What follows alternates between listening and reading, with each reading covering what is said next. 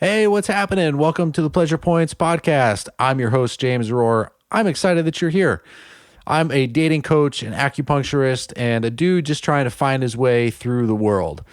My guest today is awesome. But before we get to that, I want to let you guys know that I have a new website. It's called invitinginlove.com. Invitinginlove.com. This is for all the single ladies out there who are frustrated with what's going on in their dating lives. And if you know that you're ready for a change, I know that I can help you. So check out the new website. There's a link there to a masterclass, which is also brand new. Check it out. If it resonates with you, book a call. I'd love to speak with you to get you clarity on what the best next steps are for you to attract that amazing partner. Now, my guest today is Philip Attar. He's a Reiki Master, a mindset coach, and a sound meditation guide. His practice is centered around mastering flow and igniting consciousness. This dude is awesome. He was sick. He got some crazy autoimmune disease that I'll talk about in the podcast. He healed himself completely naturally from that. And now he's devoted to helping others find that flow and consciousness in their own lives. Dude used to be a New York City creative director, and now he's really working a lot as a coach, doing Reiki mindset practices and helping people to reconnect to their heart. I had a really good time talking with him, and I know you guys will enjoy it too. You can check him out at Instagram at Philip Attar. That's at PHILIPATTAR, or his website is philipattar.com. So without further ado, let's welcome to the show, Philip Attar.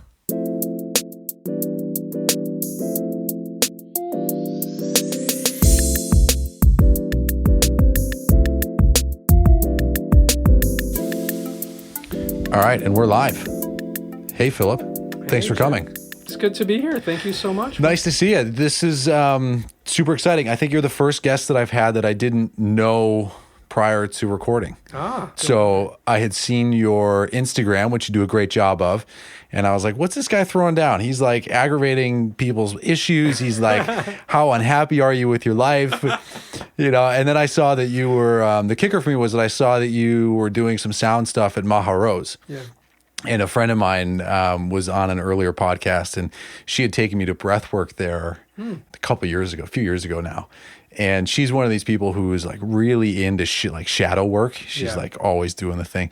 And when we went, she was preparing to like do some deep work. And her experience, she was next to me when she was doing it. She just kept giggling like the whole time. The other people are crying and screaming. It was right after Trump was elected, so there was a lot of like Greenpoint angry things being thrown out there. And she's like giggling and laughing. And afterwards, I was like, dude, what the fuck? And she was like, I think I just had like a 45-minute orgasm. Wow, you can indeed. I mean, you're moving that chi around, so for sure. Yeah. So then when I saw that you were at Maharose, I was like, all right, let's check this guy out. And I'm just super stoked that you're here. Thanks for coming by. Oh, thank you. Yeah, I love Maharose. I do a workshop there every now and then, every couple months or so. Also at Taryn Toomey in Tribeca in New York City.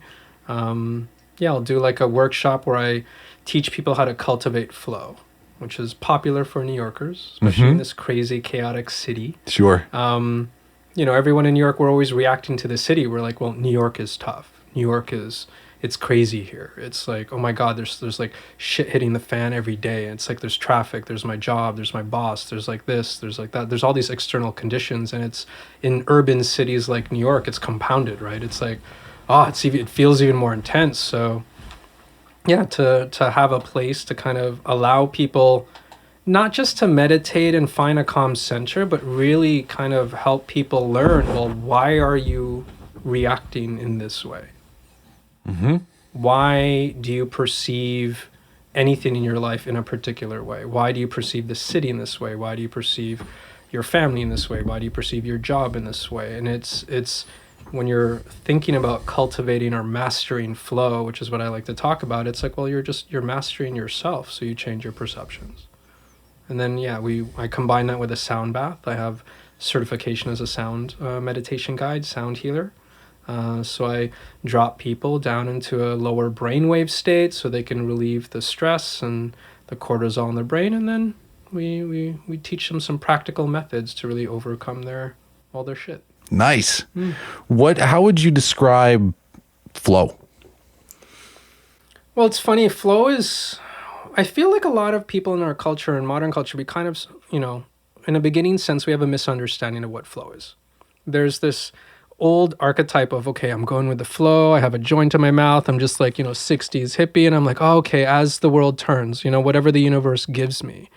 I have a more, well, even in modern practices, it's more about having an active connection with flow, meaning one of the things you said something really interesting on my Instagram, I aggravate. I'm like, I do, because I'm like, put your crystals down. This is about your heart and your mind. Because without your heart and your mind, you can't perceive anything with that crystal. When we're talking about the universe, it's not outside of you. Do you feel and recognize that you are within the universe? If you're standing on the moon, where's the universe? If you're standing in another galaxy and you're observing the Earth with a telescope, where's the universe? If you're sitting here in Brooklyn or New York, where's the universe? It's within you. So to really understand flow, you have to understand that you are part of it. You are an active participant in flow. The universe is a mirror of you. And without you aligning with your internal vibration and resonance, where then you can emanate what you desire with ease, without tension, and flow within that stream, that's flow. But you're part of it. It's not like anything outside of you. It's not, I always joke all the time, even though I love Maharose and I do all my workshops there, and I have crystals myself. And I love the power of anything that, as a totem, that aligns you with your heart. Whether I grew up Roman Catholic and it was the Jesus cross, or Santo Nino, my mother's Filipino, or my father's Iraqi, he's Muslim. So I had the Quran on like one side of my desk, I had the Quran, the other side I had the Roman Catholic Bible. I'm like, when I open both of them, they're both talking about the same thing. But it doesn't matter what I need to align myself. It's all language. It's all totems. It's all tools. But the alignment happens inside of you. The alignment happens because you feel the flow. You feel aligned. Now, when we don't feel flow, when we're like, my job is going like shit, I'm not making as much money as I want, my marriage is going to like crap, like I myself went through a violent divorce. So it was like everything was chaos. My mother-in-law died of cancer. I actually had cultivated and manifested Graves' disease, where I became permanently cross-eyed and my eyes were bulging 7 millimeters out of my eye socket. Whoa. My left eye was like permanently looking at the ground. My right eye was looking at the sky, and I was like not in flow. Holy shit. How old are you when that happened? 33, 34. Whoa. And it was just, again, after decades of a career, sidetracking a bit, but I had a career in fashion, advertising, branding, and what anyone would look at as like a great career, working for the best brands and agencies in New York. And when the stress builds up, when you're not in flow, i.e. you have tension towards any part of your life, and you accumulate that tension on a cellular level. And when you're not aware of it, it builds up in your cells. It's building up inside of you. And until you recognize that you are responsible for all of that, it'll build up to the point of, with me, it built up to the point of dis-ease. And that's when we're not in flow. So, yeah. Awesome. Fuck. Yeah, that was crazy. Did you wake up one day and your eyes were askew, or was it like a slow thing? Well, it's kind of how I got into this practice. As a Reiki Master, mindset coach, and a sound meditation guide, I was actually working full-time in fashion for a few decades, or 16, 18 years.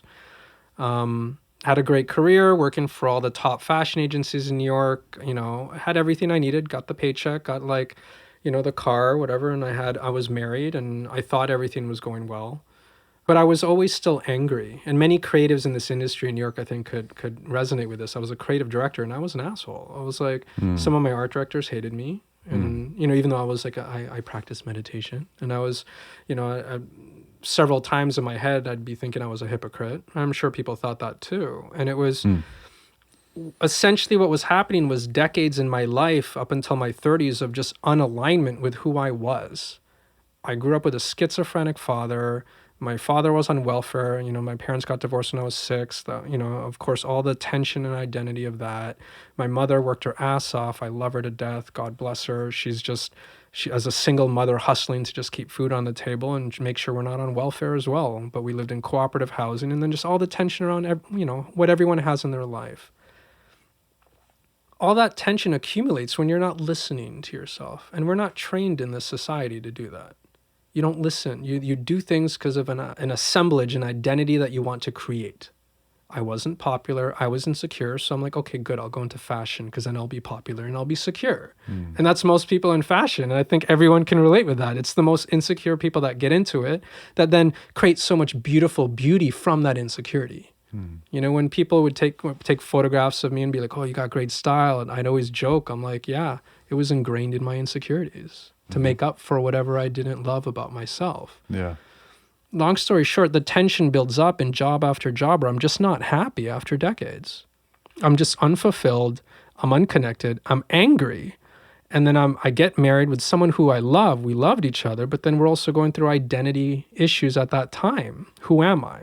I don't even love my job. You define yourself with your career and what you do. And when you don't love that, well, who am I? And then long story short, even our relationship wasn't working out. It was very violent marriage, in all honesty, verbally and physically. It was ballistic. And to the point where we're constantly fighting. Cops would be called in the subway. We'd be that couple. Wow. And just like shit's constantly hitting the fan. And all that tension is building up in my cells. And not just from the marriage or the job those past few years, but from my whole life. And you're not conscious of it. You're not, when we talk about enlightenment, I wasn't awake. I was in the emotions that I was feeling and I was allowing them to suppress me. So, taking care of her mother in Connecticut, we moved to Connecticut to help her mother. She was sick from breast cancer. We had a violent marriage, fighting every day. Us going through all of that, the financial stresses of also the family and just cancer in this country and hundreds of thousands of dollars in medical bills. Her mother passes away. Our marriage goes to shit. I go off into the woods in Connecticut and I'm like screaming off the top of my lungs. Screaming. And I literally 2 weeks later, I wake up. And because I let out all that stress, and not in a good way, the rage,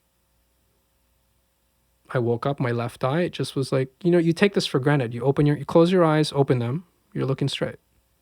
They weren't looking straight. They were like down. And then I could feel them like slowly after 5 minutes move back to center. And I'm like, what the fuck is that?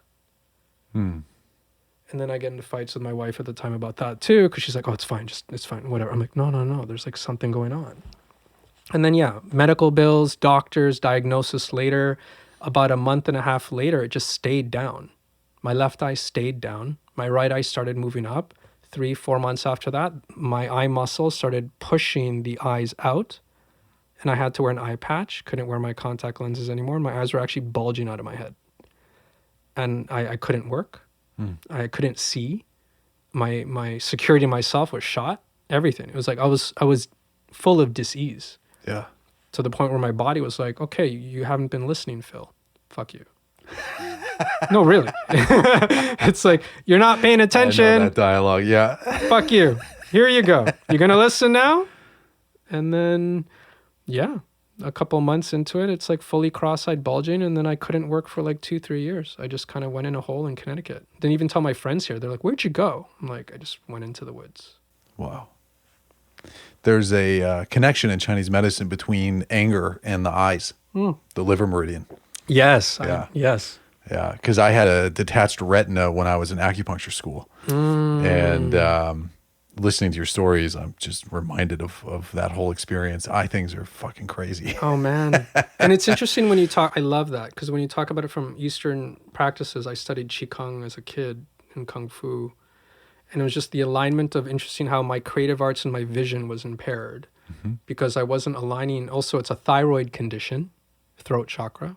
When we talk about this stuff, chakras are just adrenal glands. There's 7 chakras, 7 centers of adrenal glands in your body that distribute different hormones depending on how you feel emotionally. That's it. There's no magic, no woo-woo. Yeah. That's it. And it's like, I couldn't communicate who I was for years. Couldn't communicate in my relationship. Couldn't communicate with myself. I was a constant pathological liar to myself throughout my entire life and to others. And then the anger builds up. And what gets impaired? The thyroid weakens, autoimmune disease, activates Graves' disease, muscles inflamed in my eyes, the anger that you're talking about, and boom, dis-ease. in Western medicine. They're like, oh, we don't know what causes it. I'm like, you guys kill me. That's another conversation. But yeah. So then what do you do? I mean, if you were doing Qigong as a kid, I love Qigong. I would imagine that you had some kind of awareness of the subtle body or subtle energy, even though sounds like for a while you chose not to pay attention to it. Well, yeah, you do it as a kid until you're teens, and you're like, okay, I don't need this shit anymore. I could deal with life. And then 20 years later, you're like, oh, I think I know what that's about now. But it's out of necessity. So I'm going to doctors, seeing endocrinologists, and just doing it the traditional way. They want to like cut the bones in my eye muscle so the eyes will reset. I'm like, fuck no. They want to rip out my thyroid and give me drugs for the rest of my life, hormone pills. I'm like, that doesn't sound right. Like, why should I do that? And I remember one doctor was like, well, your body's not balanced. And then I told her, I'm not going to name any names or which hospital. I was like, it clicked in me. My Qigong practice came in my head in that second. Yeah. If my body's not balanced, why can't I rebalance it? And that was after tens of thousands of dollars of just appointments. Sure. Over a year. Right. And nothing's healing. You're just like, they don't even know. They're like, okay, try this. I'm like, and I was already an angry guy. When a doctor tells you, okay, try this, I'm like, fuck you, why? It's costing me $17,000. Is it going to work? We're not sure. Well, why should I do it? Yeah. And when they can't give definitive answers, I'm like, why am I listening to you? Yeah. And after tens of thousands of dollars later, no disrespect to that industry, but just in my personal experience, I was just like, I'm fucking going blind. I'm literally broke. I'm in debt, like 80 grand. And I'm like, this isn't working. I was so angry. And then something clicked with the balance. I'm like, well, if my body's not balanced, I'm going to try and balance it. And then I was just like, boom, change my diet. I ate like crap. As an expense account advertising guy, I was 30 pounds heavier than I am now. I'm 150. You look at old pictures of me even on Facebook, or even like my girlfriend, I showed her some, she's like, oh, you look like a dick. I look like that guy, that New York ad guy. Oh, she literally said that last week. I showed her a picture. She's like, number one, I'm 30 pounds heavier. She's like, you look like a dick. That's amazing. And I'm like, yeah, I was. V-neck shirt, hair showing. I was like, oh, dude, that was a phase. But man, it was like a state of disease. And then you realize, oh my God, hold on. Let me change my diet. All this stuff you hear about now. No preservatives. Everyone's like, what diet should I do? It's so simple. No preservatives, like whole food. Whether you eat a little meat or not, there's another debate there, but just whole food, period. If you can't pronounce it, don't eat it. Right. If your body can't process it naturally, don't eat it. No sugar, no sodas, no juices, just water and vegetables and just whole grains, and that's it. And that's all I did.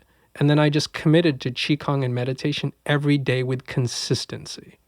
Not like, let me try it once every month. Right. It's like, let me open up this app and let me try it. Now I'm like, no, I was going blind.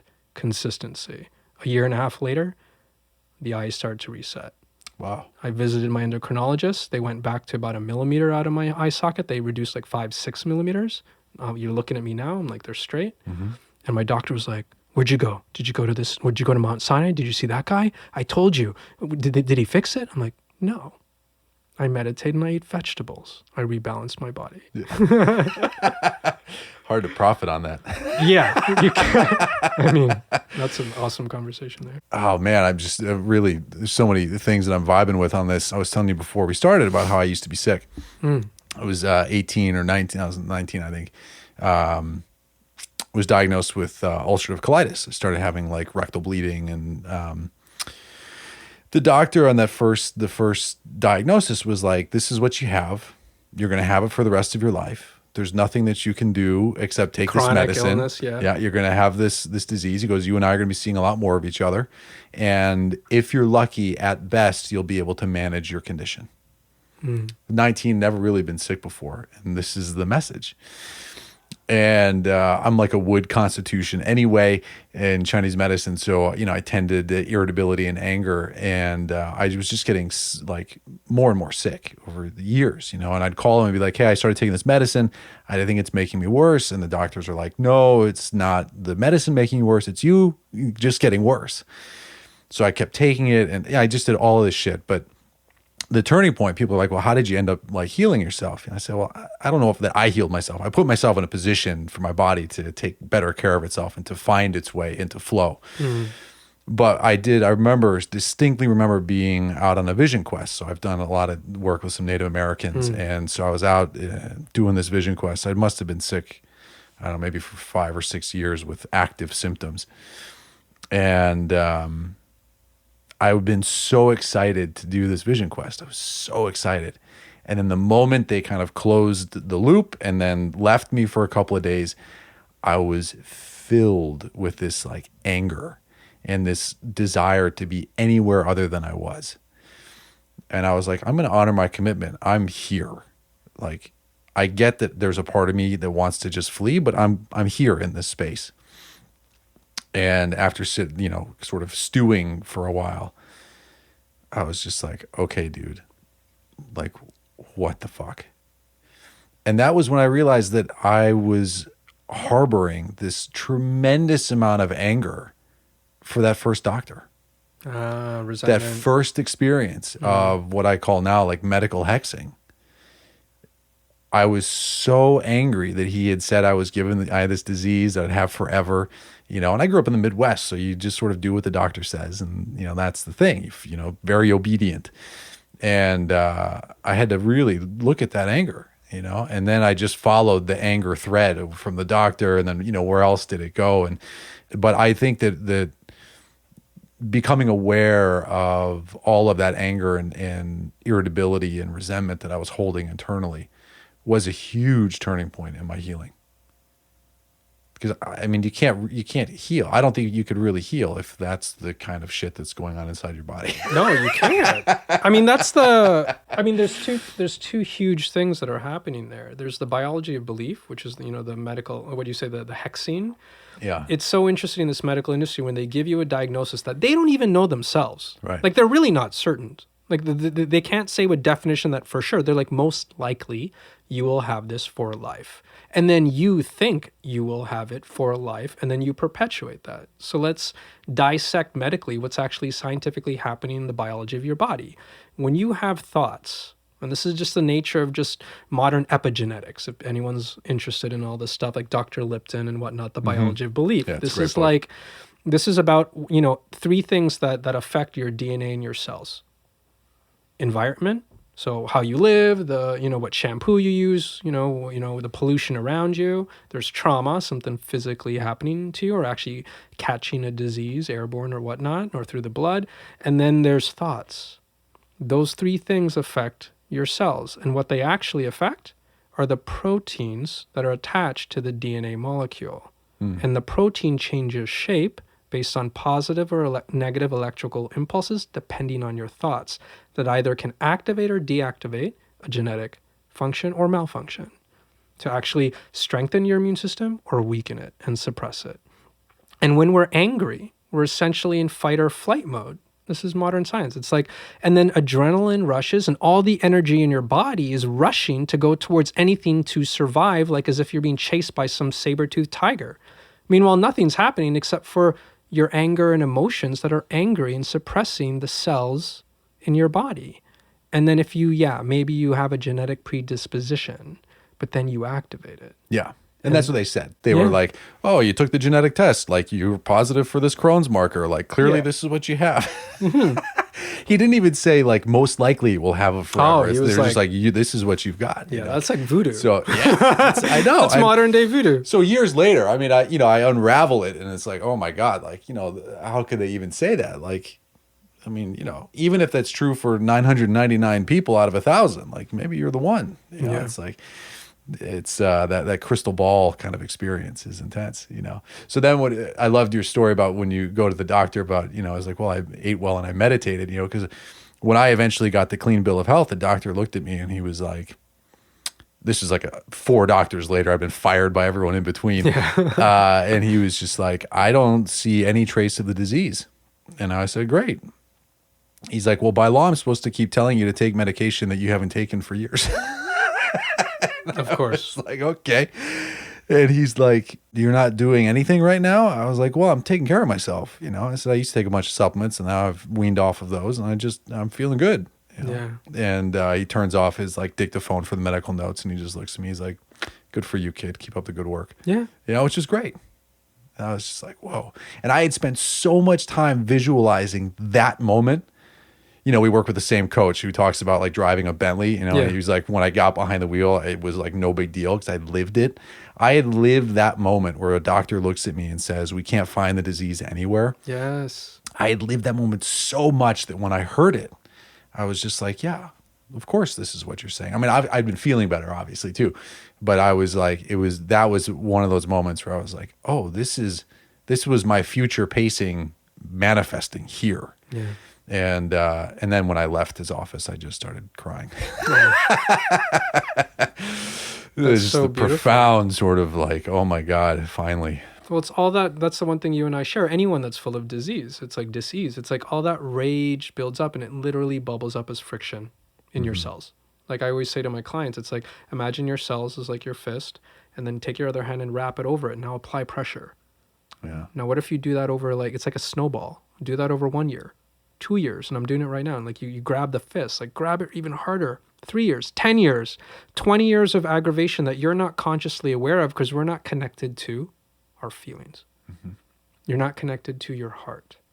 You're conditioned to just look at the outside world and then fulfill yourself with whatever you're doing or acting on or whatever you're surrounding yourself by. And we're actually not looking within. And then when you're not looking within, the tension builds up and you can't fix it because you're not even looking in the area that needs to be fixed. You can't even diagnose anything because you're not even aware it exists. And this is enlightenment. This is consciousness. This is being awake and not.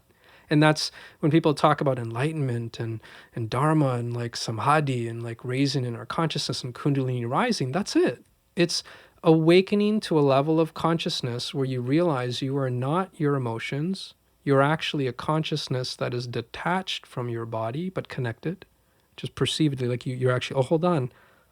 I'm looking at my hands under a microphone and I could move them, but that's not me either.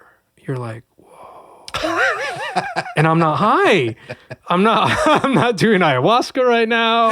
I'm like sitting here with your cat and some tea. We're just talking. I don't even drink. It's like, holy shit. Like, that's it. But that's the point.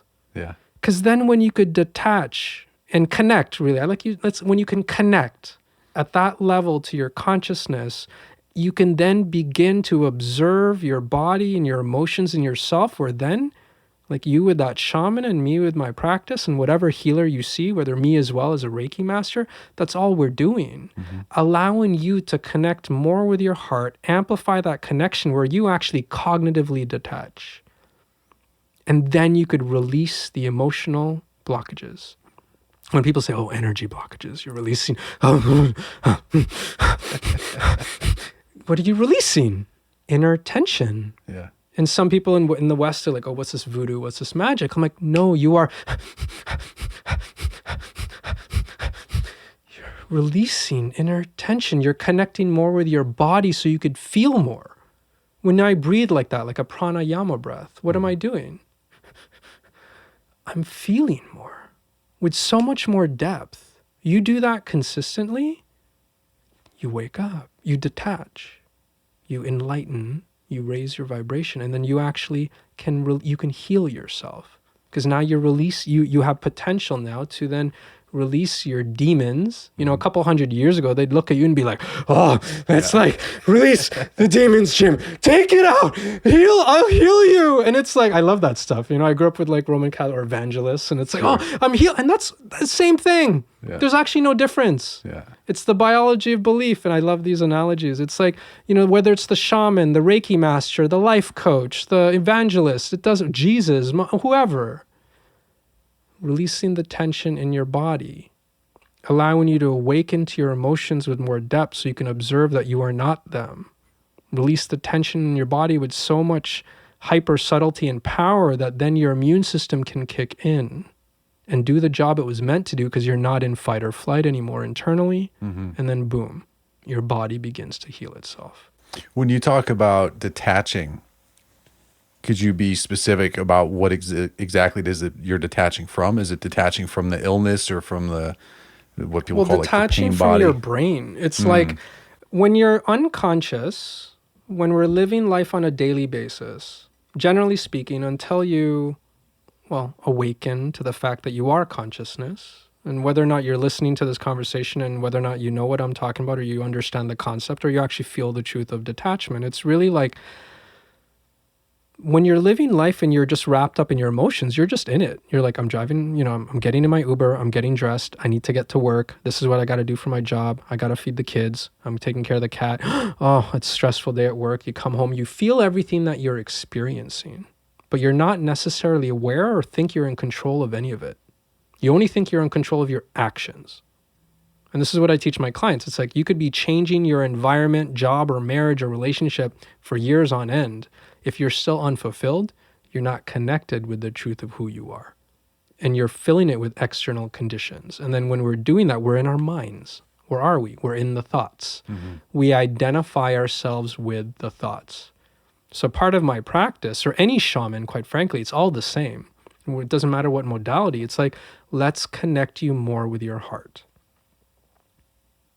So in time, when you can consciously connect to your heart with more consistency, you could begin to feel more your body, feel the sensations and energy in you. It's like listening to a music track. You listen to it once, you're like, oh yeah, I dig it. You listen to it 100 times, you're like, oh, look at that riff. I didn't even listen to that. I didn't hear that before. That's what you're doing with your body, to the point where eventually, whether you need a hallucinogen or ayahuasca to actually activate it for you, or whether or not you can just, with your own intention and practice, an internal practice, that's the whole point of meditation, you're observing your insides more, where you become more subtly aware of the energy inside of you. And then one day you're like, oh, not my thoughts. That's detachment. I'm not my thoughts. But again, I feel odd saying that, because at once you detach from the thoughts, you detach from identifying yourself with the thoughts and the emotions. And then you realize that I am connected to my consciousness. And it's my consciousness that is actually running this show. And I'm this puppet that I can direct within universal laws. There's only so many things I can do. Like 95% of my subconscious controls my behavior. Past conditioning. 5% or less is conscious thought. Oh, okay, I dig these laws. So now that I'm aware of them, I don't have to fight it. Now I can learn to flow with it. And that's the point of learning all of this shit. That's the point of reading all these books and awakening to enlightenment. You're essentially awakening to principles of just life. Like in the Tao, when they're like, observe the flower and you see life. And when I was young, I'm like, what the fuck does that mean? You're like, what are you talking about? But you're like, oh, a flower lives and a flower dies. A flower fights tension to grow out of the soil if nurtured well. It rises up to the sun intuitively. There's forces beyond it. It's intelligent, but it's also part of a system. And when you're looking at like the Tao, when you analyze this stuff and you read it and you really become one with it, you're like, oh, that's me too. Because we're all part of the same universe. Oh, I don't have to fight it. Now this is when I can really flow with life. This is when you could manifest what you desire. This is when you can heal yourself of disease and Crohn's and Graves' disease. And my eyes could actually uncross, and they said the same thing. They're like, okay, you don't do these surgeries. You'll just live with this for the rest of your life. I'm like, yeah, fuck you very much. No, thank you. It's like, sorry. It's funny as a spiritual healer, even my clients are like, oh, you swear a lot. We love this shit. Yeah. I'm like, yeah, I mean, this is real. Yeah. But it's awakening to a level of cognitive detachment by connecting with your heart. That it just automatically happens. Yeah. That's amazing. I love the way you put that. I've been listening recently to like Joe Dispenza's stuff, and it's like, it's all about connecting into the heart and the heart field. And years ago I heard about Heart Math. Yeah. Heart Math Institute. Totally. Yeah. It's great stuff. So much data. Yeah. On the power of like, and the expanse of the heart's electromagnetic field. Yeah. It's like massive. But I wanted to ask you, because people ask me all the time about Reiki and Reiki practitioners. And my joke as an acupuncturist is, I used to live in Miami. And so in Miami, it's like everyone there is a realtor. Like everybody's a realtor. And that's what I like to think about Reiki practitioners too. It's like, there's a lot of people that say that they're Reiki practitioners or that they do Reiki, but there's a huge difference between people that are really kind of good at it, basically. And so not all Reiki practitioners are alike. So I'd love it if you could explain a little bit about kind of your approach and your take on Reiki and all that. That's actually an awesome conversation, an awesome question, because I have a lot of tension towards, not tension. There's a lot of, I feel I'm also here to help, like, okay, let's create a new discussion around Reiki. Reiki essentially is a Japanese version of a Southeast Asian process. Like Usui, the Reiki master who came up with Reiki 150 years ago, he actually found Sanskrit manuscripts. So he didn't come up with it. Oh, cool. Every culture's shamanistic healing practice is centered around the heart. Period. Whatever you do, it's around your internal energy in your heart, whether it's Qigong, some type of heart-based meditation, some mantra that you have to feel the connection in your heart. I mean, Roman Catholic Jesus, what was the image? His heart bleeding out, like coming out of his body, emanating with rays. I'm like, that's Reiki. It's like, and biofield energy, you look at those I just envision the poster I had in my room of like Jesus with his heart and like rays coming out of it. I'm like, that's Reiki. It's like your biofield energy. Yeah. Reiki essentially is just connecting to your heart with more intention consciously so you could amplify that energy, lower your brain waves, lower the cortisol stress hormone, increase dopamine, increase immune response, and then you heal yourself. I'm not healing you. I'm enabling you to heal yourself. We can also talk about frequency and entrainment. We're made up of vibration, which has a resonance, which has a rhythm, which has a frequency. So if I lower my frequency, because I'm able to, because I've practiced it for years, and I can take myself from this to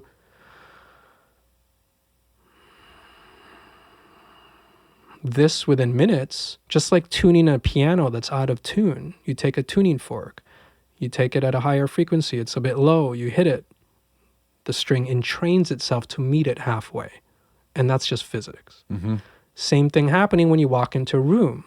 You walk into a restaurant. They play calm music. You walk in. You're like, oh, I feel chill. This shit's real. It's vibration. Right. You feel chill because the music and the environment and the energy of the environment help bring you down. Now, Reiki is you seeing a practitioner, having them help you bring yourself down. That's it. Now, I will be very direct because you say I like to aggravate, and I do. There's a big problem in the Reiki industry now that I really want to talk about. We give away certificates like no fucking tomorrow. Mm-hmm. Everyone, you're right. Everyone is a Reiki practitioner because that's how I got it. It's a 1 to 2 day course. It's the same thing I got. I didn't even take a course. I had a practitioner who. She knew I was an acupuncturist and she's an acupuncturist healer or whatever. She goes, do you do Reiki? And I said, I don't know. No, I said, no, I don't, whatever. And she goes, well, I'm going to give you the symbols. So which is visualization. So she blew, like she exhaled at the top of my head. Yeah. And she put her hand like on my chest. Part of an attunement. And she goes, you have the symbols now. You're level Reiki 1 or level 2 or something, And I was just like, what the fuck? It's stuff like that, okay, let me back up by saying, number one, we are all made up of energy. You don't even have to call it Reiki. You don't need a certificate. The point is, are you practicing your connection to your energy and recognizing in Reiki, this is the big point, that you are not in control of it? That's actually a big Reiki principle. It is flowing through me. I'm not manipulating this person's energy. I'm not some voodoo healer. It's like, no, you enter into a state of allowing on a cellular level where you actually open up literally on a cellular level and allow more energy to flow freely through you. And that's it. And what is that practice? That's a practice, if you're mastering it, of releasing the tension internally, learning to lower your heart rate, open up the cells. Now, whether or not you need a mantra to do that, to focus your intention, or I use geometry meditation with my clients, whether or not you need a Japanese symbol, the Reiki symbols that you actually trace out in your head, which is geometry meditation, It actually impacts your neural pathways. That's a whole different conversation. It actually literally massages new neural pathways because you're tracing a shape in your mind. And that has a whole different benefit of the pineal gland and activating more chi and activating more energy. But they never really describe that in Reiki. No, I've never heard that before. They're just like trace out the symbol in your head. Yeah. And they're like, no, this is impacting your neural pathways, your connection to your pineal gland, which releases different hormones, opens you up to a state of expansion where you could bring in that energy through you. Now I lower my heart rate so much that you lower yours too. I always thought it was just to like hold someone's focus. Intention. Yeah. So it's both though. There's something biomechanically, biochemically happening in your body, and then any mantra or symbol is there to help bring you back. I lose my focus. I'm thinking of whatever, my car, my bills, my dog, my girlfriend. I'm like, okay, hold on, bring me back. Use a mantra. Bring me back to where though? My heart. Bring me back to my heart. Now, whether you call it Reiki or need a certificate, that's not the point. The issue I have is consistency. You can't learn consistency in a 2-day workshop. You can't. And most practitioners, the way I learned, they didn't teach me about it. They're just like, okay, well, they say keep practicing, but they're not like, okay, well, what am I practicing? And I feel like it lacks at least a little bit more description. Because in the past, it was very beautifully poetic. Because also the way I learned Qigong and Kung Fu, it's a little vague, but that's the point. It's like, don't analyze, just feel it. Like my Kung Fu master. I'm like, well, how does this work? What is it? He's like, stop fucking asking questions. Right. Just keep doing it till you feel it. So I understand that. And that's actually a huge Japanese also principle in teaching verbally, and everything's through, they don't write anything down in Reiki. It's like, actually, it's spoken, it's passed down verbally from generation to generation. That's the original principle. It's Western culture that wants to give you a handbook and write it all out. And it's also Western culture that I have to admit that's like, okay, well, I want to know what's happening. But I think because of the way people think now, it would help them to describe, this is a heart practice. You're increasing your biofield. You're lowering your brain waves. You're entraining your body, which is helping someone else entrain their energy. And then they can enter into more allowing and openness where they can feel more energy and not be as blocked.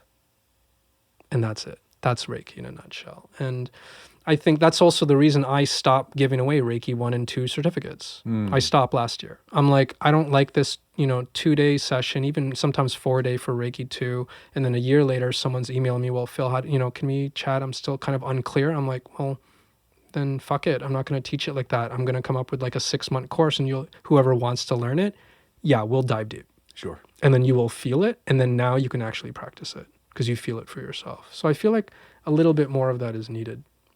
Yeah, it gets back to what we talked about before we started recording about commitment. There's the huge value of being committed. Yeah. And what that does to the body and the energy field and outcomes ultimately. Yeah. Well, and it's easy to commit for a day, for, a couple hours, but to make that as an ongoing commitment is hard. Well, Usui's first student, the woman in Hawaii who brought it to America, she, like in the beginning, Usui charged $10,000 equivalent for anyone to learn from him. And that was the same principle even in my Kung Fu. It was like, who's committed? It's like, when Batman has to get that flower and bring it up to the top of the mountain and like, I forget, the Dark Knight or all these stories of some healer or a guru being like, you got to like climb this mountain and do all this stuff to find me and then I'll teach you maybe. It's like, that's commitment. And if everyone's giving it out, and it's this odd, I can't fight it too much because on one hand, everyone just wants to share more love and energy, and you can't, that's beautiful. That is beautiful. So there's this like interesting thing that, quite frankly, yes, that's needed. So I'll kind of take a step back and be like, okay, yes, that's needed. But now how can we do it with a little bit more intention? Have people really dive a little bit deeper. Like maybe it should be a month course. Come on, like 4 weekends at least. It's like, but we need to do that as practitioners and take responsibility for it. I also am a marketing guy. So from a business perspective, there's a reason these Reiki practitioners do it that way, and I can't blame them. The more classes they give out, that's how they make their money. Sure. You can't make money doing single sessions. Good luck. It's like trying to fill your time with that. But the more classes you teach, the more turnover you have, the more people you could actually have in a class, 20 people, charge $300-400 a pop, and you're in business. There's nothing wrong with that. Full respect. But again, there's a little missing piece still. It's like, how can we hold people accountable? Do we need to charge them $10,000? Maybe not for Reiki 1, but honestly, for Reiki Master, Yeah, you should. Because then that person will show up and they'll be like, I'm really committed. Yeah. And then you'll get people who are more committed, who will actually create a sustaining practice and actually probably teach with a little bit more depth. But yeah, it's about, the reason you were able to heal yourself with your Crohn's is because it's like when you're in a state of disease, you have no choice. Right. You're committed. I was almost blind. I'm like, what am I going to do? Yeah. I have no more money for drugs. Right. So I'm committed. But the whole point is to not get to that point. So money in this culture, I have to admit, it's an interesting thing that a lot of healers have so much tension with. I'll find it's pretty safe for me to say that most people in the healing industry are very giving, beautiful people, but they don't think of themselves, so they don't think they should charge. Right. There's huge stigmas around it. Huge stigma. It's like, this should be free. Yeah. Why? Like, where's the value in free? Does someone show up if I give them a free session? Like, it's interesting. When I gave away free sessions, which you have to in the beginning to actually just get practice, but the people didn't get as better a result till when I actually started charging. Because the people that had to pay were actually invested in it. Yeah. And we have to understand that that's part of this culture. It's part of modern culture, money, it's dimensional. It's like there's something here that we can't shy away from that doesn't need to be, douchey or kind of crazy, but at the same time, it's about commitment. How committed are you to your own healing? And as a healer, how much do you value yourself? Because if you don't have a sustaining practice and you're doing this part-time, hustling with 2 or 3 jobs, trying to figure it all out, then how many people are you really helping if you can't sustain a business? And that's a real conversation that we need to have too as healers. Yeah, 1,000%. I've seen it in my acupuncture practice where I've had a few clients who they love to gift sessions to their friends. Yeah. And this one time, this guy who's giving away a bunch of sessions, he's like, how come they don't keep coming back? Yeah. And I have like a 98% retention rate of, if I see someone once, I'll probably see them a second or third time, Yeah. And, but not with the sessions that have been given away. Yeah. And I said, well, because they just don't value it. It's like a spa treatment, which is fine. It's cool. They felt great. We had a good time and, whatever. But it's a very different thing when people are invested, and one of these things that I heard from the coach that we work with was this great thing that I'd never thought about it before, where they said, rate your happiness. Yeah, it must be your happiness. Like rate your happiness on a scale of 0 to 10 in these different areas in your life. One of them was like the impact that you're having. One's your relationships, one's your finances, and something else. And so we go through and we're writing it out. And she said, okay, if you're at a 0 to 3, that's a good spot to be in because you're so desperate, you'll make changes. Yeah. And she's like, and if you're an 8 to 10, that's also a great spot to be because you've got enough positive momentum that you'll want to keep that going. And she said the death trap for transformation, 4 to 7. Totally. She's like, you have just enough success that you feel okay you coast. if you don't do anything. Yeah. That's when you're coasting. Yeah. I get so many clients like that come to me. It's interesting. It's like they don't have enough pain, but they think they're fine. But they're still calling me. So I'm like, well, why are you calling me? Well, things aren't still working out, but I can deal with it. Yeah. And it is a dangerous spot. I actually find it even more dangerous than being in a state of disease because then you can hum at that level where then that's how you get in a state of disease. Right. Because like me, I wasn't paying attention because I thought I had money in the bank. I kind of like my job. I kind of hate it. I got a car, got a cool apartment. It's like, I think I'm okay. And then you literally coast on this, but you coast with the tension in your cells. And it's the hardest place to transform because it's the hardest place of self-realization that you need to transform. And that's, again, consciousness. It's also, with me, it's the reason why I stopped giving last year, over a year ago, single sessions, individual sessions. I'm like, done. I was exhausted, not only from a practice of just single sessions, but I was like, my clients weren't transforming their lives. They'd come back 3 months later, they're like, oh, Phil, shit's still in the fan. Can I book a session with you? I'm like, sure, come in. And then you teach them the same principle again. Yeah. And then they think they need you, which is what I hated. Right. I was like, you don't need me. I don't mind taking your money and having a good practice. But I'm like, you don't need me. Why can't I just teach you how to do this? Why can't I just teach you self-Reiki? Self-connection. Why can't we teach you how to self-coach? Like, you're not even showing up committed, so 2 years later, your issues are still happening.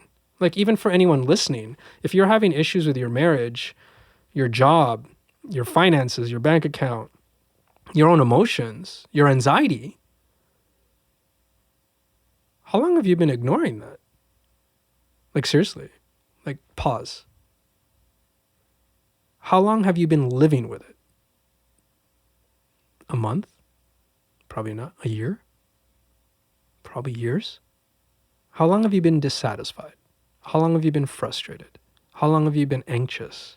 How long have you been in an unhealthy relationship? How long have you hated your job or been frustrated or dissatisfied with your job? How long has your finances or your business been going up and down and hasn't been stable? Now we manifest our reality. And that's the hardest thing for people to realize. So like the industry sucks. It's this with the stock market. It's this with this job industry. It's my wife. It's my boss. Like, no, we vibrate and resonate at a frequency and we emanate that based on our emotions and feelings. And then we either can act consciously with power and confidence, or we act with hesitation, apprehension, frustration. And then you ask yourself, well, why do you think you don't have much money? Why do you think you're not as abundant? If you have hesitant energy, then you get hesitant outcomes. Yeah. Bottom line. Yeah. And do you think you're going to fix that with 2 Reiki sessions? Mm-hmm. Sorry. It's like, and this is why I'll tell any other Reiki practitioner, if you're giving away individual sessions and you're listening to this, please consider. Package that. Offer them a solution. People only buy what you give them. And I'm a pro in marketing, did it for 18 years. I'm sorry. It has nothing to do with what people want. It's what can I create to make you want something? And I'll fill that market with that. And you will buy it because I will manipulate you to do it.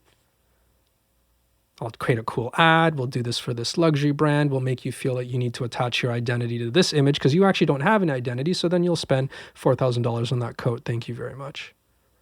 And then my agency will get paid and we'll just repeat the cycle every season. Mm-hmm. But you got to ask yourself, it's like if you're an individual practitioner, offer them something where they can actually come back, where you actually offer them a solution, offer them 4 or 6 sessions in a row consistently and watch them actually change. Awesome. Yeah. And then you got a good business. But the thing is, a lot of healers are afraid to do that. They're like, oh, but I need to help people. Yeah. I need to give away my sessions. I need to only charge $100, $150, $100 for this session. They don't have any money. So no, that's our limiting belief. Yeah. I didn't have any money to deal with my disease, but I had to do it. Yeah. It's the problem with our emotional issues in this culture. We actually don't think it's a big problem because we haven't broken a leg. But if you don't have any money and you broke your leg, you're going to figure it out. Mm-hmm. You have no choice. Right. But with your emotions, what you're talking about, that 4 to 7, you think you're fine? I'm sorry. Think about it. No, you're not. Yeah. How long do you want to live at a 4 or 5? Right. When I get calls from women inquiring about the dating stuff, someone who's just out of a breakup, in many ways, is way better, way more motivated. They're in the 0 to 3. Oh yeah. Than someone who's been single for 3 or 4 years. Because they've figured out life without a partner. They've habituated themselves to the loneliness. And one of the things that I say to them oftentimes is like, listen, you've got to be decisive. Mm. Like I hear all the time from women that want their partners or their people that they're hanging out with to be decisive and to choose them. Mm. And I said, you also have to be decisive and choose yourself. Invest in yourself and watch what happens after that. Yeah. I got a note from a woman that I had a call with 2 years ago. She was calling. We talked about, what was going on with her, and she chose not to work with me. And she reached out to me last week. She's been following my stuff and seeing what's going on. And she said, hey, this guy just broke up with me. We'd been together for a couple of months, and I need help. If you could talk in your Facebook Live about how to communicate better, like that would be great. And I was like, well, what's going on? Mm. And she said, well, we started off great. He was like saying all the right things, and we were feeling all this stuff. And then he started going through all sorts of stuff. He was like, depressed and lost his job and all of these things. And she goes, and he started to pull away and retreat.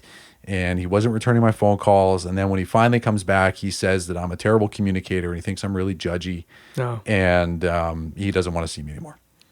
And so she said that she reached out to her friends and said, hey, do I come off this way? And her friends were like, no, like it's all good. So I read that and I just replied, why do you think that communication is the problem here? Mm. I could have probably said that a little bit nicer.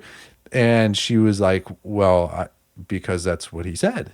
And I said, well, let me just mirror back to you what I'm hearing. I'm hearing that you're in a relationship with a guy who's really suffering. You're chasing a relationship with that guy. He's pulling away from you and you're leaning in even more and he's not interested in it. And then you're internalizing what he's saying is the problem. His detachment, his uninterest. All of his bullshit. Yeah. You've completely internalized it to the point where you're reaching out to me to get advice on how to communicate, which the short piece of advice is don't be an asshole. Yeah. Communicate from kindness. Talk to them as you would like to be talked to. Real simple. And connect with who you are so you could realize that, hold on, is this person even for me? To actually be consciously aware that person is actually in pain. He doesn't desire me. And that's fine. To be okay with that. Because if there was alignment, you desire each other. Yeah. Yeah. And, I don't remember enough of her history. If she has a history of chasing, unavailable guys, or feels like she needs to be overgiving in order to get, her value and worth. But it was interesting to see where, a lot of times what people think is the problem isn't really the thing. I mean, you must see that all the time with your clients who, say that they're unhappy with their job or their boss this or their boss that. And you're listening to it and you're like, I'm not hearing or feeling any kind of heart energy coming from here. Oh, 100. Except fear and despair, maybe. I had a beautiful call this morning with I interview clients before I work with them because I've created a practice, I guess, similar to you. It's like I have to pick and choose my clients because I spend so much time with them over a long-term 3-month program. It's like if we don't love each other, we're not working with each other. I want to look at my calendar. You booked a session for our weekly call and I'm like, oh, so excited to see Jim. Let's rip it. Let's do it. Let's dive into our heart. And if we don't feel it, we don't feel it. But she had such a beautiful experience. But many people come to me because they want to realign their creative careers and do something to help humanity, and they're just not sure what. Meanwhile, all this stuff is going wrong in their career. They're not making as much money. It's affecting their relationships. They're just creatively unfulfilled. They've been bouncing from job to job, and they come to me thinking it's the career or the relationship. And we dig deeper, and we're like, it's not the job. Again, not the external condition. It's that when we're at a stage where we're not compassionately aware with us and our heart. And when we can breathe that heart in and be consciously aware, like that beautiful woman with her own experience, it's like to be consciously aware not even of ourselves, but of someone else that's in need, that actually they not only, it's not really that they don't desire us, they're just in a place where they need to be by themselves. They're not pushing you away because they don't like you per se. They're pushing you away because they don't need you at this moment because they need themselves more. And that level of compassion can only happen when you detach again from your emotions, from your labeling, from your internal monologue, from your internal judgment. And then at that point, everything's circling so much in your head where you're stressed out for 10 years or you call someone like you or me. And all we do is help you unpack that. So then you align back with your heart. You align back with your you feel more compassion for yourself. You recognize, oh, this is who I am. I've been living a life outside of me. I've been trying to, create a mask of who I am based on what my father, mother, family, society tells me I should be. Went to college because of this, got this certificate for this. But hold on, did I want to do any of that? Do I know who I am? I mean, we hear this all the time in relationships. You can't find the love of your life if you don't love yourself first, and you have to know you. If you're not in a relationship where someone is not loving you for you, you have to ask yourself, are you emanating the truth of you? Or is there a disconnect between what you're actually projecting and what you feel you are? And it's that disconnection that when someone's in an unfulfilling relationship and they're like, well, he's just not giving me what I need. I'm just not, vibing with this, or they don't love me. And it's when we're not aligned with who we are, our hearts, all of that, my marriage, my job, my finances, my disease, your Crohn's, all of it, it goes to shit. Mm-hmm. And that's the work. Everything from any healer, coach, shaman, talk show, Oprah. I mean, I love Oprah. Super Soul Sundays. I'm like, I'm still manifesting. I'm gonna be on that show. I'm like, Nice. I've been like, it's like Oprah, if you're listening. It's like for real. It's like all these people, all we're doing, Eckhart Tolle, Deepak Chopra, everyone. It's like Sam Harris also. It's like all these modern. Even Joe Rogan in an interesting way, in his own way, he's very woke. Yeah. But he's a UFC masculine dude, but he throws in some He's Oprah for dudes. He's Oprah for dudes, hunters. And I know this because my cousin Audi is actually a UFC. He's a what do you call an agent for fighters. So it's all in the, Nice. In all that. So I'm just like, oh yeah, he's talking about meditation for dudes. He breaks it down practically because we all need our own coach. Mm-hmm. Everyone has their own tribe.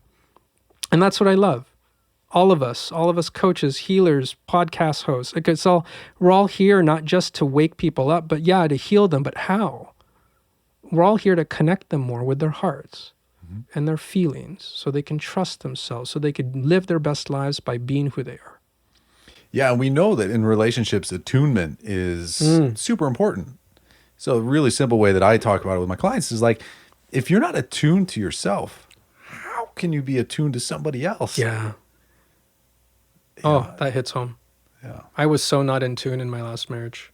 Yeah, I missed the mark too. I'm also divorced. I totally missed the mark. There were some things that I felt sort of righteously justified with, and there was a lot of sensitivity. I even apologized to her after we got divorced, and my friends would be like, dude, you have nothing to apologize for. But I knew in my heart I did. This is someone that I was in a relationship with. We have a child, and I was not able to be attuned to her. She needed a level of sensitivity from me that I didn't give her. Oh, that's exactly the same. Yeah. With my ex-wife, when her mother was sick with cancer, I couldn't give her the love and compassion she needed. I was so full of fear because it was all brand new to me. Yeah. And I also grew up, quite frankly, without a father, like a family. So the idea of family and supporting family as number one was like, I didn't know how to do that. Single mom, I love her. She left me $5. She's like, deal with your day at 6 years old. It's like, latchkey kid. It's like, I can't afford a babysitter. If my sister's not available, just don't open the door. Here's a pizza. And it's like, when you don't develop those skills, again, I wasn't awake to it. I was just like, what the fuck's your problem? I'm here. My wife was in a lot of depression, and so she couldn't work. So I was working in advertising, so I paid for everything, even though I couldn't really afford it. You're trying to fill your relationship with stuff outside of you, and it's like, but I wasn't aware of what she needed, which is compassion, love, and true understanding that family comes first. And my own blockages, my own baggage, crutches that I brought into the relationship, I wasn't able to be. I wasn't awake to it. And it crushed us. Yeah. And that's on me. That was my part of it. Yeah. She had her part, but that was mine. Yeah. And I feel that. It's interesting when that's it. It's like our past blockages, repeated patterns, subconscious conditioning, because the way your brain remaps or maps a neural pathway in one direction of how to deal with life, and then you enter into a new circumstance, you're like, beep, beep, beep, I don't know how to deal with that shit. And the other person's like, well, I need you to. This is a marriage, right? Well, show up, I need you to. And that's when relationships just combust. Mm-hmm. And what's the bigger issue? We don't know how to give to ourselves first. I had this thought just recently. I've been chewing on it for a little while now. I forget how it came up. I was thinking about what's the meaning that I'm ascribing to failure. And it occurred to me as a thought that I'm sitting with that I was afraid, I probably still am in some way, to be humiliated. And I'd heard other people talk about that before, that's like a thing, and I never connected with it. And I was thinking about it earlier on when you were talking about you and your job, and, it's like, well, I forget how you said it. I wasn't successful as a kid, and I was going to like be seen and be popular and all that stuff. Exactly. Dressing all the nice shit and whatever. And it's some of that is like that reaction to this fear of being humiliated. Mm-hmm. And yeah, I've been sitting with that. And I think sometimes too, when I was thinking about when I was married with, when there was frustration there, like, why was I so triggered? It's like, was I afraid of being humiliated if we were broke, for instance, if we couldn't afford rent, it's like, was I so dreadfully afraid of being humiliated by that? that instead I just sort of lashed out and was angry and defensive and, mean. Yeah. And I was like, whoa. And as I had that thought, my whole abdomen relaxed. I felt this warmth and just this release in my body. I mean, it's like I just zapped you with that release. Yeah. I felt that. And it was really it's like coming intense. out. Yeah, it's just like, and I was like, whoa. And my dad is a guy who's like super put together, like got all the nice fucking clothes, beautiful house, like the whole thing. And I was like, oh, I think he's afraid of being humiliated too. This is, karma. And this like intergenerational thing, and I see how much he cares about how he's put together and stuff. And he's got his stories from his past too. But now I'm like doing this experiment where I'm looking to see in other places in my own life and people that I know and clients and stuff. It's like, how much is this fear of humiliation impacting what they do and don't do? And even my clients with dating, it's like, why aren't you just out there? Like, just fucking text the guy or like send the thing, But that fear of being humiliated, of no-shows, of ghosting, of saying that you loved and then him not requiting that love, It's just like, I mean, that's the whole, when we talk about karma, which is just cause and effect. Again, karma is literally cause and effect. Something happens. For every cause, there's an effect that then turns into a cause, that then turns into effect, and then that's life. Energy technically doesn't die. It keeps living, which means that, yes, karmically throughout generations, or i.e. even lives, it'll impact your future life. And when people are like, oh, how does that shit happen? It's like, well, quantum level, your energy technically doesn't die. It recycles back into the system. So, and then when we talk about subconscious conditioning, in my practice, we call it repeated patterns, negative patterns. In order to live your truth and live the life that you want and make all the money that you want and have the love life that you want and all that stuff, you have to live freely.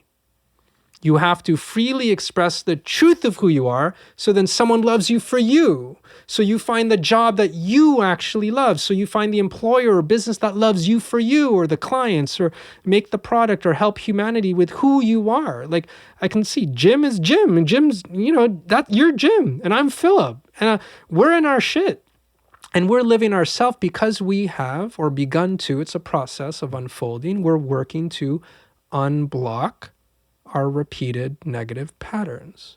Unblock the subconscious conditioning in our brains and lives that have conditioned us to act in a certain way because we were reacting to life.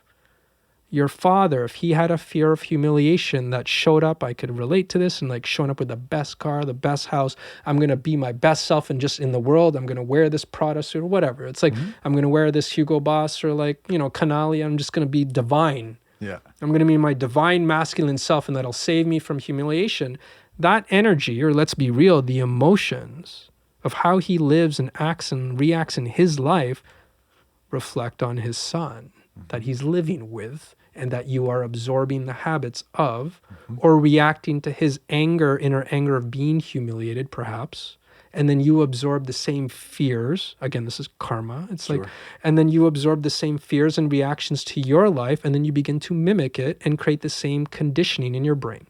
Yeah. So then where I took it was like, holy fuck. I manifested a disease where I was shitting blood 6, 8, 10, 12 times a day, and sometimes couldn't even make it to the bathroom. Kind of the, like, how more humiliating is that than being a grown man who shits himself, and it was just like last week where I had this humiliating thought, and I was like, holy fuck. Yeah. Of all of the diseases to manifest, I manifest the one that, is up there. A mirror of your attention. Yeah, exactly. Of this humiliation. I never really pieced it together when I was actively.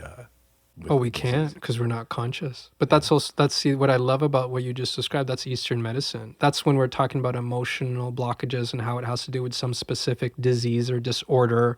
And then some doctors in the West are like, that's a bunch of hogwash. What are they talking about? It's like, no, this is what's happening. Your emotions are a reflection of your life. They impact you on a cellular level. They impact your adrenal glands, which affect the hormones that are released, which then can activate a specific disease related to that emotion. That's it. Now, on one of your Instagram posts, you talked about how people don't need to start with a clean slate. Oh, I was at a rest stop I was driving to Canada. I remember I was wearing my hunting jacket. Not that I hunt, but it's just a comfortable driving jacket. I remember that. It's interesting. You're actually reminding me of that's one of my favorites because it's like, especially with my clients, you build up all these emotions and anger and resentment, and you're like, how am I going to fucking start a good life now? How am I going to get married? How am I going to get a divorce? Yeah, Like I've all the absorbed practical. my father's humiliating thing. How do you overcome that and now create a free life? Right. And how do I get a new job? I got to pay this New York rent. How do I even start? Where do I begin? I know I'm someone new. I want to create this new, business to help humanity, but I'm still this asshole fucking creative director working on P&G toothpaste. It's like, how do I do that? And the first thing I'll say to someone is, what makes you think you need to start from scratch? Yeah.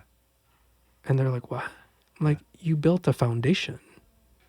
You built all of who you are. You built over however many decades, 30, 40 years.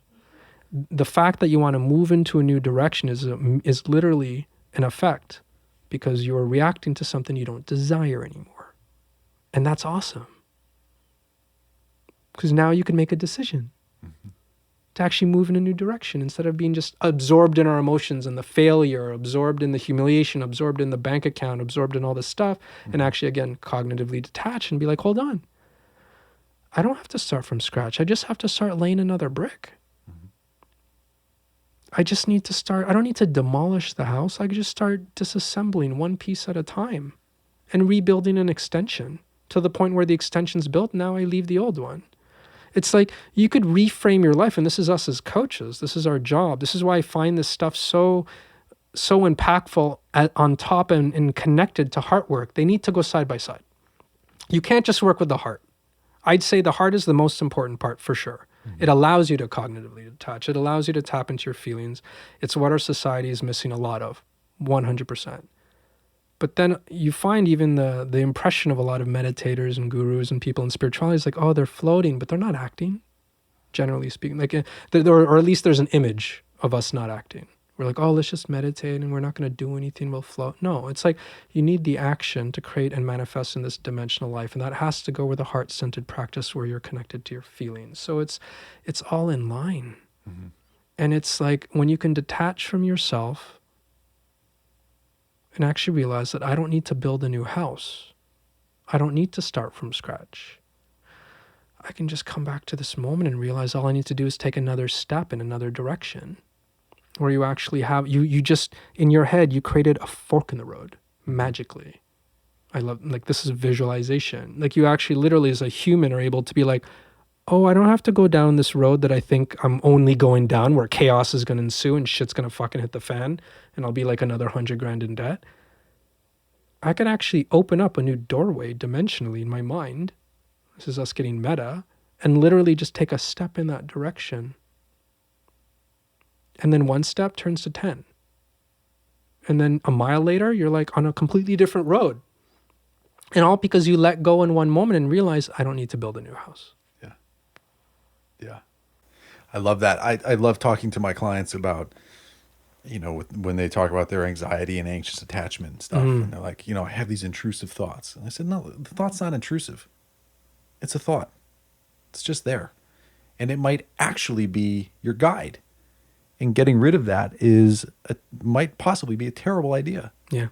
Instead, listen to it. What's it telling you? Oh, well, it says I'm fat. Well, are you fat? Is it intrusive? It sounds like it might be telling you the truth. Maybe it's moving you to that 0 to 3 range. Yeah. It's tired of being stuck at that 4 and 5. To ultimately get to action, and I know that with your program, your clients that you work with, it's connecting with the heart and then giving them a strategy. Yeah. How do you implement this? And that's what you can't get in a one-off, right? No. It's like this. You feel good for a while. It's like right. a Band-Aid. We talk about that all the time in our industry. It's like these are Band-Aids. You feel great. Yeah. I'm sure everyone leaves single sessions with anyone feeling, oh my God, I feel amazing. Yeah. But your brain, neural pathways, you're not rebuilding them in a new direction. You're not really learning how to build consistency with your own heart connection so you don't rely on that healer or coach. Mm-hmm. And if you want to take action and actually change your life, you need consistency. You need to be committed. You need to actually take new actions in the new direction to overwrite the old subconscious conditioning. That's just math. That's just physics. It's like, and if you're not doing that, and you got to ask yourself, well, this is why you're in the same relationship you don't love. This is why you're in the same career you don't love, because you're not actually taking action. And you can't take action when you're not aligned with your heart.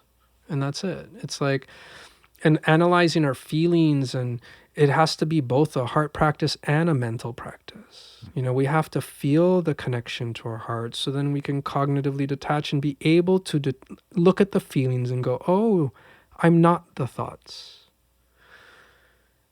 Now I can move forward in another direction. And that's how people can actually change their lives quickly. They don't have to wait. Right. Awesome. Yeah. Dude, this has been great. So good. Thanks for coming on. I love this. Who is your ideal client? If someone's listening to this, and what are some things that you would see in them that says, okay, you can work with them, they need to call you? Well, I think on a bottom line, I help people find their purpose. People who feel lost. Like, specifically, because I'm a creative, my niche, like the people I help are people like me. People in a creative industry who are creative professionals who have been probably bouncing from one industry to another every 5 years or so, and they're probably successful on paper, but they're dissatisfied. They have a ton of talent. They have a huge heart, and they want to do something to help humanity. That's it.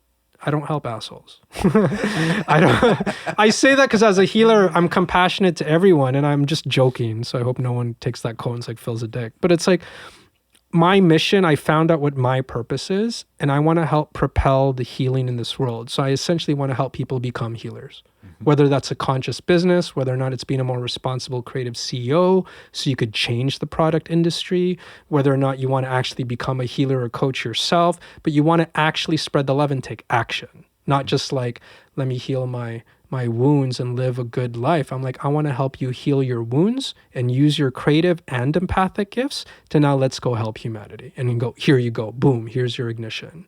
And will you overcome your fears? Yes. Will you overcome the negative mindset and the anxiety and all that holding you back? Yes. But more importantly, you're ambitious enough, and you know you have a beautiful heart center and empathy to give back to humanity. And all you need is someone like me to kick you in the ass and be like, yeah, fuck yeah, let's go do it. Let's go help the world. This is how you do it. Nice. Yeah. I have this image of someone who feels like they're about ready to burn everything down. That was me.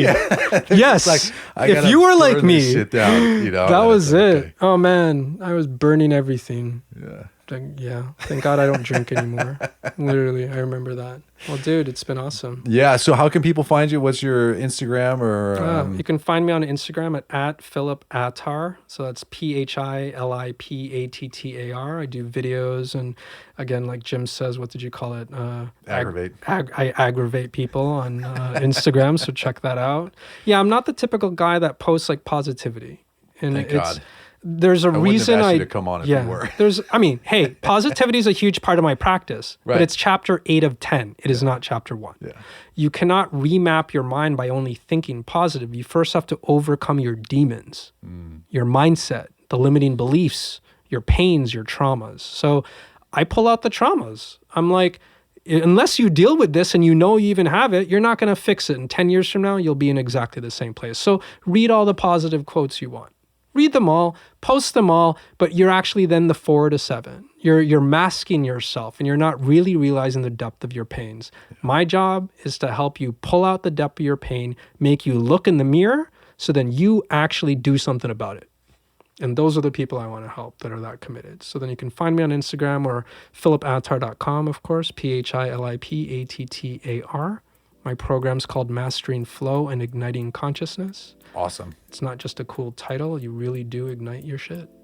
Dude's on fire. Yeah. Awesome. Thanks so much for coming on. Such a good conversation. Check him out, people, and we'll catch you next time. Thank you.